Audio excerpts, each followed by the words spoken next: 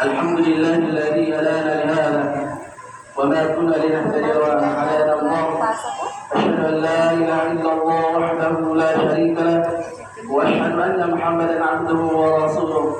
اللهم صل وسلم على سيدنا محمد وعلى آله وأصحابه ومن تبعهم بإحسان إلى يوم الدين.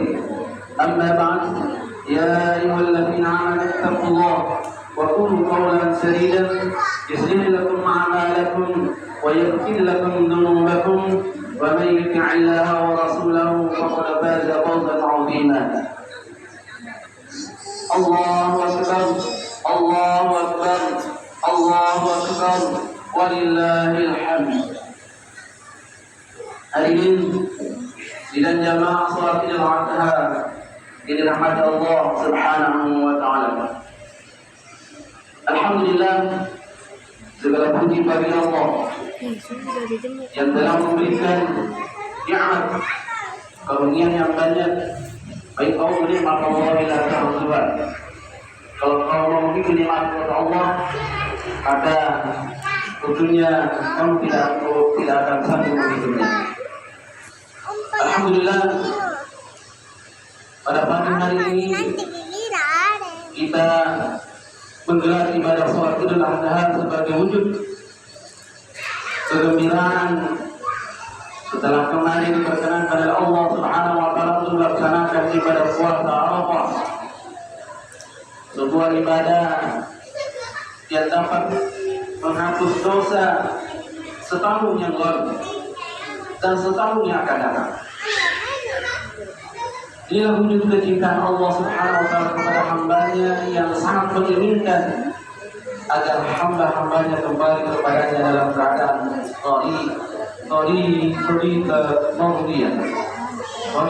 mardiyah, yaitu sosok hamba yang jiwanya ridho, kuat, senang dan cinta kepada Allah atas pahala dan ganjaran yang diterima, serta jiwa yang diridhoi, disenangi dan dicintai oleh Allah atas amal saleh yang telah dilakukan selama di dunia. Pada saat yang sama, para hujjaj jemaah haji, tamu-tamu Allah yang melakukan wukuf di Arafah sebagai puncak ibadah haji. Arafah dengan segala kekhususannya menjadi saksi jutaan umat manusia yang datang dari berbagai penjuru dunia untuk mengharap rahmat dan ampunan Allah Subhanahu wa taala. Semoga kita semua yang telah menunaikan ibadah puasa Arafah dan para tamu Allah di tanah haram yang telah melaksanakan wukuf di Arafah mendapatkan ampunan dari Allah Subhanahu wa taala. Amin ya rabbal alamin. Hadirin jamaah salat Idul Adha yang dirahmati Allah Subhanahu wa taala. Ujian dalam kehidupan merupakan ketentuan Allah yang senantiasa mengiringi kehidupan seorang hamba. Ada yang diuji dengan kesempitan ekonomi, ada pula yang diuji dengan harta yang melimpah, ada yang diuji dengan penyakit, dan ada pula yang diuji dengan jabatan. Ada keluarga yang diuji dengan pasangan, sedangkan yang lain diuji dengan anak keturunan. Jauh-jauh dari Allah Subhanahu wa taala mengingatkan, "Allazi khalaqal mauta wal hayata liyabluwakum ayyukum ahsanu amala." Bahwa Dialah yang menciptakan kematian dan kehidupan untuk menguji kamu, siapa di antara kami yang paling baik amalnya. Dia Maha Perkasa lagi Maha Pengampun. Surat Al-Mulk ayat kedua. Hadirin jemaah yang Allah Subhanahu wa taala, semua ujian yang diberikan Allah dalam kehidupan ini bertujuan untuk melihat siapa di antara hamba yang paling baik amalnya. Makna ahsanu amalan, Salah satunya dijelaskan oleh Imam At-Tabari sebagai siapa yang paling taat kepada Allah dan paling cepat mencari kepada Allah. Disinilah kisah keteladanan Nabi Ibrahim alaihissalam beserta keluarganya sangat patut menjadi ibrah pelajaran bagi manusia. Sosok Nabi Ibrahim alaihissalam yaitu Hajar dan Ismail adalah teladan yang menunjukkan ketaatan yang sangat tinggi dan hanya mengharap kepada Allah Subhanahu wa taala. Ketika dimusuhi kaumnya, ibadah hidup-hidup dan diusir dari kampung halamannya, Nabi Ibrahim alaihissalam tidak menunjukkan penyesalan atau atas ketundukannya kepada Allah yang bertentangan dengan keyakinan kaum. Bahkan ayahnya sendiri, beliau tidak menjadi sosok yang menggugat Allah seakan-akan menyerahkan nasib buruknya karena terusir dari kampung halaman akibat beriman kepada Allah. Nabi Ibrahim alaihissalam justru menunjukkan ketenangan yang menegungkan dengan menyatakan bahwa Allah lah yang menciptakan dan memberinya petunjuk sehingga beliau tidak takut tersesat dalam perjalanan hidupnya.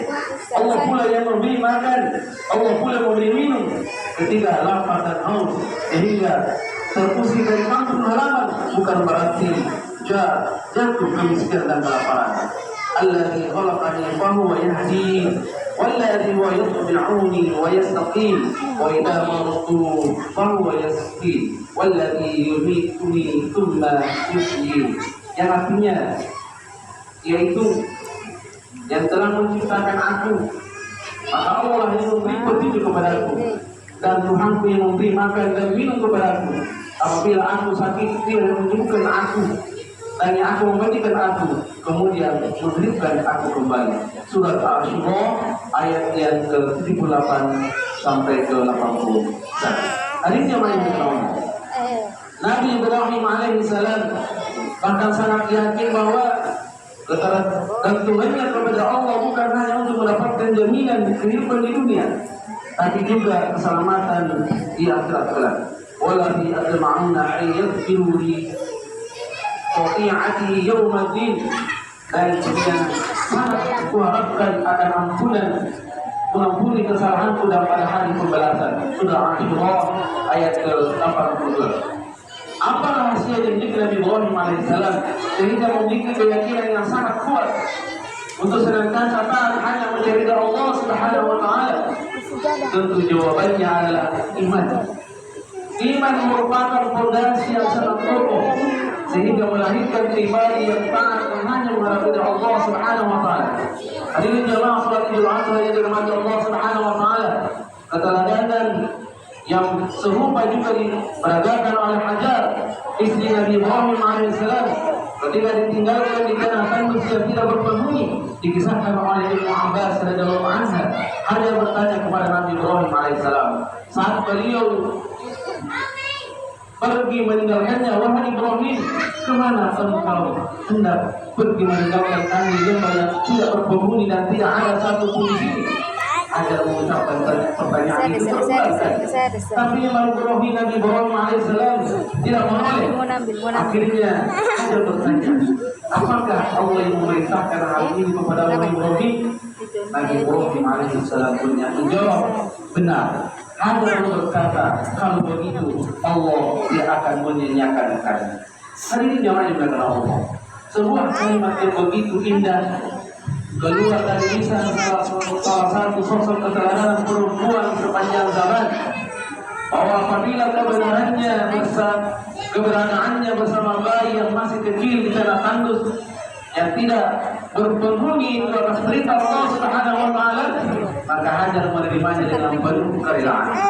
Dapat dibayangkan kesulitan yang dihadapi saat itu, tanpa perbekalan yang memadai bersama bayi yang masih kecil dan berada di tempat sepi tanpa penghuni. Namun karena ketaatannya yang begitu tinggi kepada Allah Subhanahu wa taala, ia tidak ditinggal oleh suaminya. Kalau bukan karena fondasi iman, tentu akan sulit bagi Hajar untuk sekedar bertahan hidup di tanah gersang sementara waktu yang lama. Pada diri Ismail alaihissalam, ketika juga mendapatkan pelajaran yang tidak salah oleh mentalnya ketika ayahnya menyampaikan bahwa Allah akan memerintahkan agar Ismail alaihissalam dijadikan korban. Respon yang diberikan Ismail alaihissalam itu dan artinya dalam surah Al-Asaf Allah Subhanahu wa taala berfirman, "Falamma balagha ma'ahu as-sa'a qala ya bunayya inni ara fil manam inni asbahuka fanzur madza tara fala ya 'abdi if'al ma tu'maru satajiduni insyaallah minas sabirin."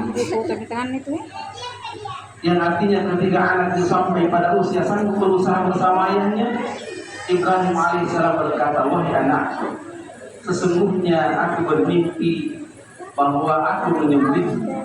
Maka pikirkan bagaimana pendapatmu. Nabi Ismail alaihissalam menjawab, "Wahai ayahku, lakukanlah apa yang diperintahkan kepadamu.